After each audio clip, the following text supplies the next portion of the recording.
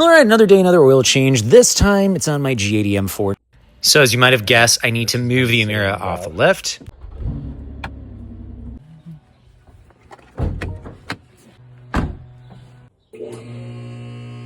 Under the M4 here, just like the Supra.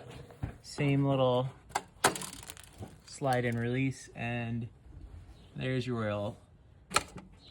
Okay, good dealership. They did not over torque it.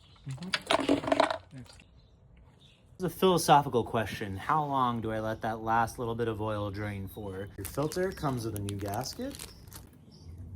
Here's the washer. That's pretty good.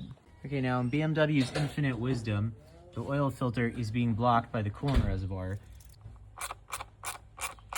Now you can see down below, it's right there. Okay.